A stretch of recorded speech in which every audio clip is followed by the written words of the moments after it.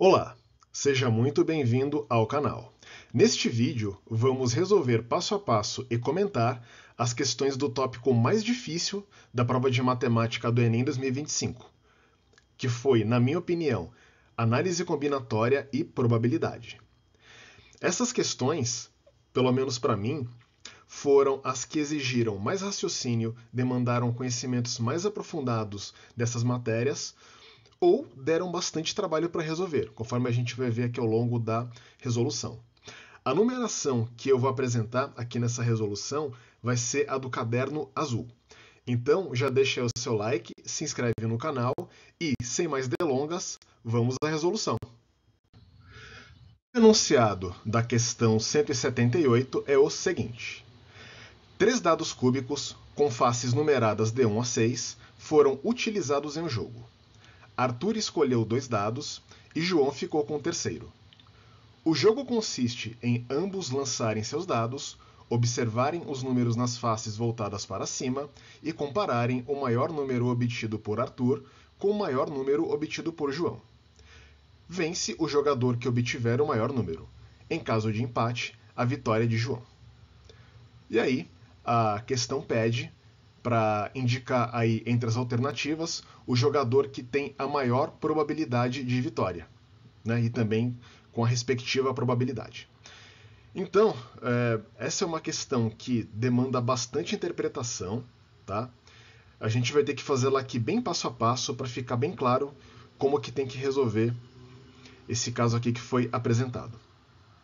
Então, para começar, eu vou aqui desenhar uma tabela, tá? Essa tabela que está aparecendo aí na tela, para a gente poder tratar as jogadas do Arthur, né? Então, porque segundo enunciado, o Arthur ele vai lançar 2 dados em vez de 1, né? Então, pode haver 36 resultados possíveis aí após o lançamento desses 2 dados, porque a gente vai ter que considerar a face máxima obtida aí por ele. Então, nessa tabela, tá, a gente está vendo aí indicado nas linhas a face voltada para cima no dado 1 e nas colunas aí a face voltada para cima no dado 2. Tá? E aí, como é que eu vou preencher essa tabela? Eu vou preencher ela aí, caso a caso, para cada uma das 36 células, eu vou preencher com o valor máximo obtido a cada lançamento. Então, se, por exemplo, se em ambos os dados foi obtida a face 1, então o valor máximo vai ser 1. Se no dado 1 foi obtida a face 1 e no dado 2 foi obtida a face 2, então o valor máximo é 2. E assim por diante, tá? Então, fazendo esse processo aí com a primeira linha, tá? Conforme está indicado aí na tela, a gente vai ter aí a configuração apresentada. Dado 1, 1 com dado 2, 1 vai dar 1. Dado 1, 1 com dado 2, 2 vai dar 2. E assim por diante, tá? Até chegar no caso aí, que quando a face do dado 1 for 1 e a face do dado 2 for 6, o máximo aí vai ser o 6, tá? E aí eu vou repetir esse procedimento para as demais células, para os demais casos possíveis no lançamento dos 2 dados. Tá? Que é o que está aparecendo aí na tela. Então, essa tabela vai ser essencial para a gente poder fazer o restante aqui da nossa resolução. Agora, eu vou fazer o cálculo das probabilidades de vitória de cada um dos jogadores de acordo com a face obtida por João.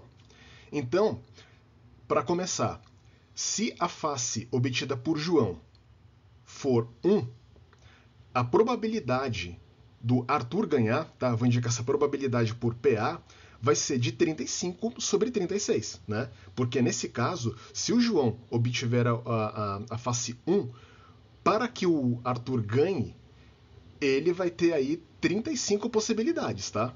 Como aí a tabela tem 36, então a gente não pode considerar aí o primeiro caso, né? Quando tanto no dado 1 quanto no dado 2, a face voltada para cima for 1. Então são 35 sobre 36. E agora, para fazer o cálculo da probabilidade de ganho do João, é o complementar, né? Como necessariamente um dos dois vai ganhar, como não tem empate, né? De acordo aí com o enunciado, a probabilidade do João ganhar vai ser 1 menos a probabilidade do Arthur ganhar. Então, conforme está aí na tela, é 1 menos 35 sobre 36. que é 1 sobre 36. E nota também, tá, que eu nem precisaria, na verdade, fazer essa conta. A gente pode também obter esse resultado diretamente aí da tabela, né? Que é só um caso aí sobre 36. Agora, o segundo caso. Se a face obtida por João for 2, então, para que o Arthur ganhe, tá, vai precisar aí de uma combinação onde aí as entradas aí dessa tabela sejam maiores do que 2, né? Porque em caso de empate aí o João vence, né? De acordo com o enunciado. Então, contando aí todos os casos aí das células que são maiores do que 2, a gente chega em 32. São 32 células maiores do que 2. Então, a probabilidade do Arthur ganhar nesse caso vai ser 32 sobre 36. E aí, para calcular a probabilidade de vitória do João, a gente faz o complementar, assim como no caso anterior, que vai ficar 1 menos 32 sobre 36, que é 4 sobre 36. Eu não estou aqui simplificando, tá? Aqui essas frações, para ficar mais fácil lá na hora da gente poder fazer o cálculo da probabilidade total. Bom, então repetindo aqui o procedimento, se a face obtida por João foi igual a 3, para que o Arthur vença, o valor máximo obtido vai ser maior do que 3. Tá? Então a gente vai ter que contar aí nessa tabela a quantidade de células, né, cujo valor aí é maior ou igual a 4. Então fazendo essa contagem, a gente chega em 27 sobre 36, né? 27 células aí cujo valor é maior ou igual a 4. Tá? Então a probabilidade do João complementar vai ficar 1 menos 27 sobre 36, que é igual a 9 sobre 36. Quando a face obtida por João for igual a 4, a gente vai ter que contar a quantidade de células aí maiores do que 4, né? Então, fazendo aqui essa contagem, a gente tem 20 células com valor 5 ou 6, então a probabilidade do Arthur ganhar nesse caso é 20 sobre 36. E ao complementar, a probabilidade do João ganhar, 1 menos 20 sobre 36, vai dar 16 sobre 36. Repetindo o mesmo procedimento para quando a face obtida por João for igual a 5, a gente aqui tem que contar a quantidade de células aqui que foram maiores do que 5, ou seja, as células que estão preenchidas com 6. Então, fazendo aqui essa contagem, a gente chega em 11 células. Então, a probabilidade do Arthur ganhar nesse caso é 11 sobre 36. A probabilidade do João ganhar, aqui é complementar, tá? Assim como nos outros casos, 1 menos 11 sobre 36, que é 25 sobre 36. E, finalmente, quando a face obtida por João for 6, não existe chance, nesse caso, do Arthur ganhar, né? Porque não tem célula aqui maior do que 6, não tem face do dado maior do que 6. Então, a probabilidade aqui é 0, 0 sobre 36, tá? E, consequentemente, nesse caso, a chance aqui do João ganhar é 100%, né? É 36 sobre 36, tá? Bom, feito isso, agora a gente vai ter que também lembrar aqui de uma outra coisa, tá? Como se trata aqui de um dado, a probabilidade de cada face numerada de 1 a 6 sair é 1/6. Tá? Então, para a gente poder calcular a probabilidade do Arthur vencer, a gente vai ter que fazer a combinação aqui dos casos. Então, a gente vai ter que multiplicar 1/6, que é a probabilidade de cada uma das faces sair, pela soma de todas as probabilidades que nós calculamos aqui anteriormente, tá? Então, fazendo essa conta, conforme está aparecendo aí na tela, a gente vai ter que a probabilidade do Arthur vencer é 125 sobre 216. E aí, a partir daqui, a gente consegue calcular a probabilidade do João vencer, que é a complementar, né? Novamente, lembrando que pelo enunciado não tem empate, então um dos dois vence. Então, a probabilidade do João vencer é 1 menos a probabilidade do Arthur vencer, né? Que é 1 menos 125 sobre 216, que vai dar 91 sobre 216. Então, comparando aqui as probabilidades, nós chegamos na alternativa E de escola, né? O jogador que tem a maior probabilidade de vitória é o Arthur, com probabilidade de 125 sobre 216. Bom, então uma questão difícil de probabilidade, tá? Uma questão difícil, uma questão trabalhosa. Para mim, essa foi a questão mais difícil dessa prova, sem sombra de dúvidas, tá? Foi a questão que demandou mais raciocínio, que demandou um conhecimento um pouco mais aprofundado aqui do tópico, que no caso aqui é a probabilidade, e demandou aqui uma análise muito precisa, do caso apresentado para a gente poder chegar na resposta correta, tá? Para mim, novamente, foi a questão mais difícil dessa prova. A questão 137 traz uma reportagem de uma revista sobre o uso de redes sociais pelos internautas brasileiros. Aí o enunciado mostra um infográfico com alguns dados apurados por essa reportagem e a questão pede, ao se escolher aleatoriamente o internauta brasileiro no período ao qual se refere essa reportagem, a probabilidade de ele ser um homem que acessa alguma rede social. Então, para resolver essa questão, nós precisaremos aqui interpretar corretamente os dados trazidos aí por essa reportagem, pelo infográfico. Primeira coisa que nós observamos aqui é que 90% dos internautas brasileiros acessam as redes sociais. Ou seja, a cada 100 internautas, 90 acessam as redes sociais. Estou colocando aqui com base 100 para ficar mais fácil aqui de fazer as contas. Bom, feito isso, uma outra informação que é trazida aqui pelo infográfico é que 60% dos internautas que acessam redes sociais são mulheres. Então, a partir daqui, nós podemos concluir que o complementar, aqui em relação ao total, de 60%, ou seja, 40% dos internautas que acessam redes sociais são homens. Tá? Bom, dado aqui que 40% dos internautas que acessam as redes sociais são homens, nós podemos aqui concluir que a quantidade de homens a cada 90 internautas que acessam redes sociais é 40% de 90, 0,4 vezes 90, que é igual a 36. Então, a partir desse ponto, nós podemos concluir que a cada 100 internautas, 36 são homens que acessam alguma rede social, Ou seja, a probabilidade pedida é 36 sobre 100, que é o que está na alternativa B de bola. Então, uma questão aqui de probabilidade que, para ser resolvida, demandou aqui uma leitura muito atenta do enunciado, uma leitura muito atenta aí da imagem do infográfico trazido, uma correta interpretação dos dados, até chegar aqui na resposta correta, tá? Uma questão aqui bem legal de probabilidade. O enunciado da questão 152 é sobre 4 candidatos que foram fazer a prova de um concurso e, antes de começar a prova, os celulares desses 4 candidatos foram recolhidos pelo aplicador e foram guardados em envelopes pretos. Depois, quando a prova terminou, o aplicador devolveu os 4 envelopes com celulares aos candidatos, de uma maneira aleatória, dado aqui que os envelopes não foram identificados. E aí, a questão pede a probabilidade de que todos os candidatos tenham recebido de volta os envelopes com os respectivos celulares. Então, vamos aqui fazer passo a passo. Tá? A primeira parte aqui envolve a análise combinatória. A gente vai ter que analisar aqui, caso a caso, o que está acontecendo. Então, a gente tem que ter em mente aqui o seguinte. São 4 celulares para serem guardados em 4 envelopes. Então, a gente tem que pensar da seguinte forma. Para guardar o primeiro celular, a gente tem 4 envelopes disponíveis. Tá? Ok. Guardado aqui o primeiro celular no primeiro envelope, para guardar o segundo celular, tem 3 envelopes disponíveis, Então, um envelope usado para o primeiro, e agora vai ter que ser um outro envelope usado para o segundo, para ser escolhido entre os 3 aqui restantes.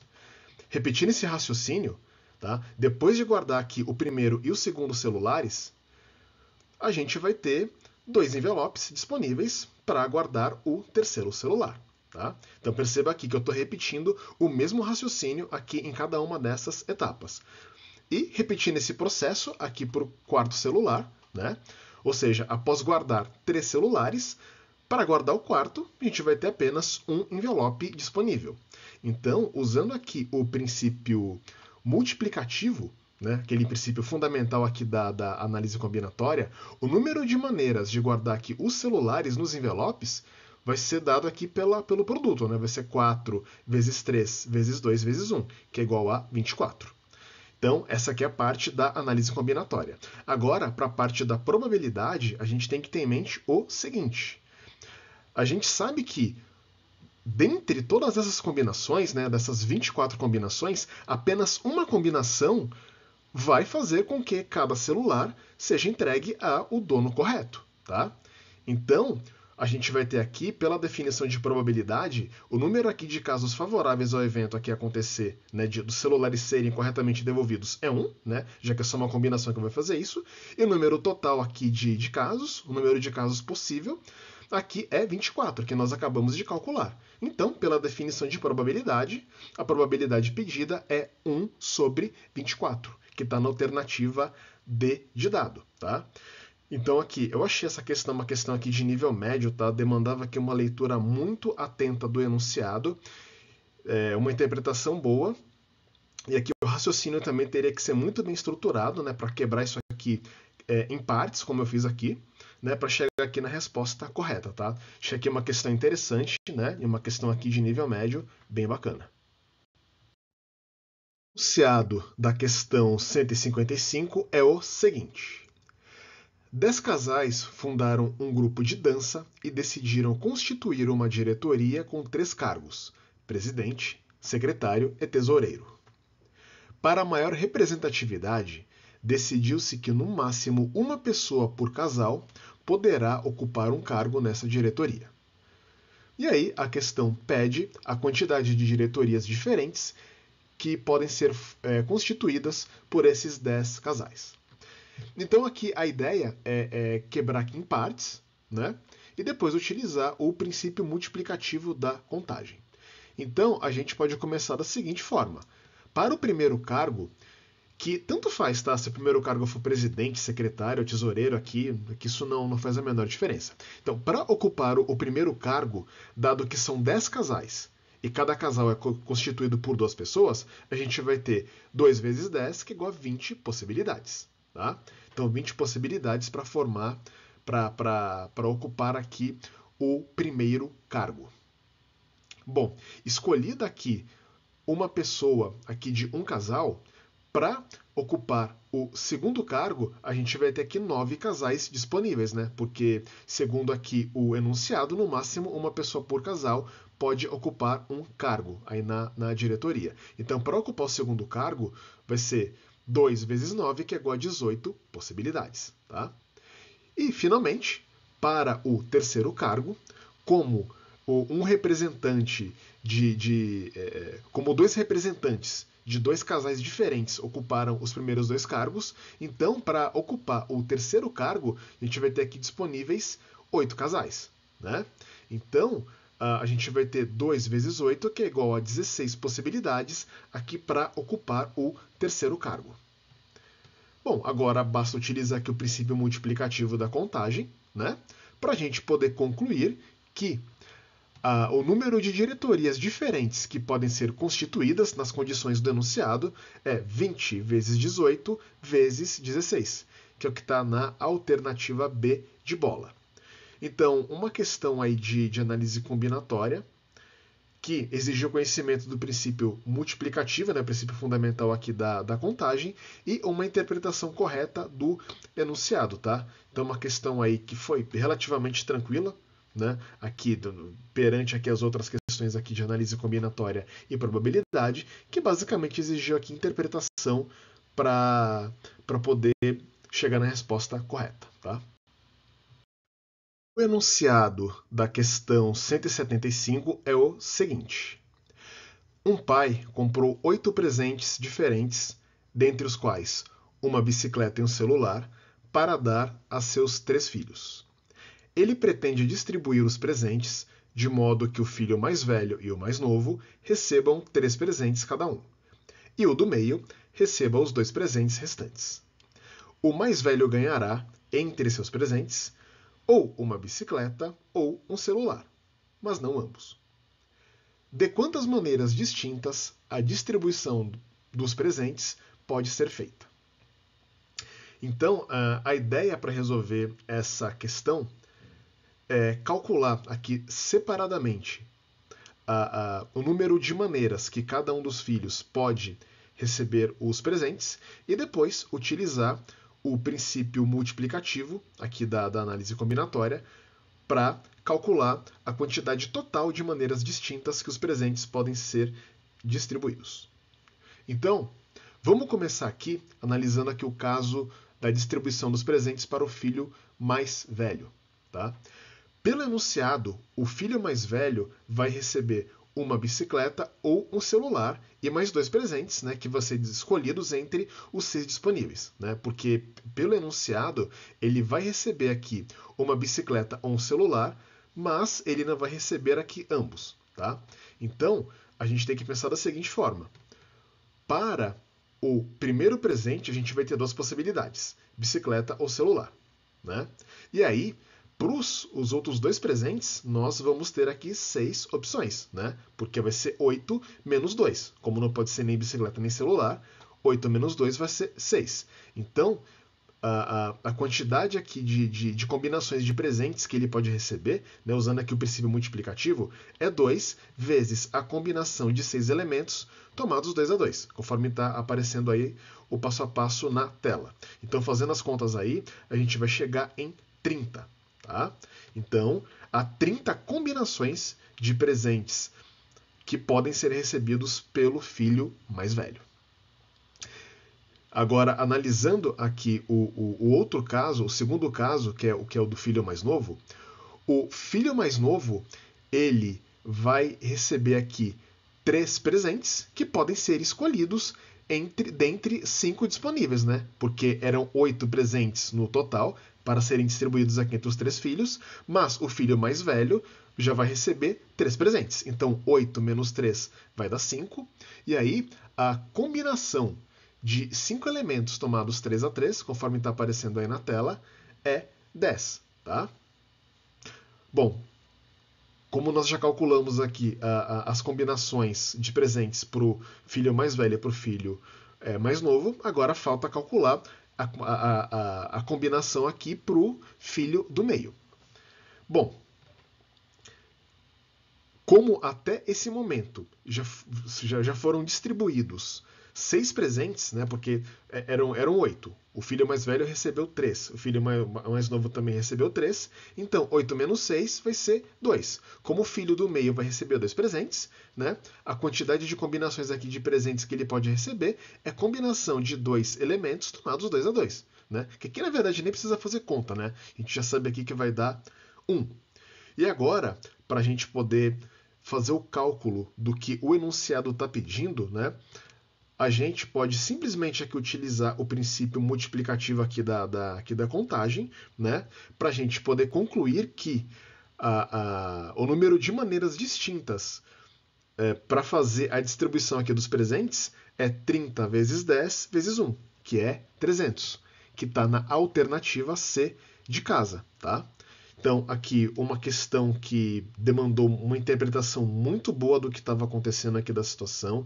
A interpretação do texto tinha que ser perfeita, né, para poder entender exatamente o que ele estava pedindo, e depois era fazer a questão aqui passo a passo, de uma maneira bem atenta, fazer as contas aí corretamente, né, que não eram contas muito difíceis, né, para poder chegar na resposta correta. Né, uma questão aqui que, acima de tudo, demandou aqui organização, aqui para poder ser resolvida corretamente.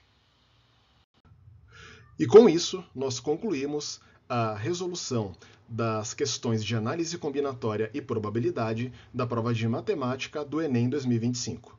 Se você gostou, eu vou pedir para você deixar o seu like e se inscrever no canal.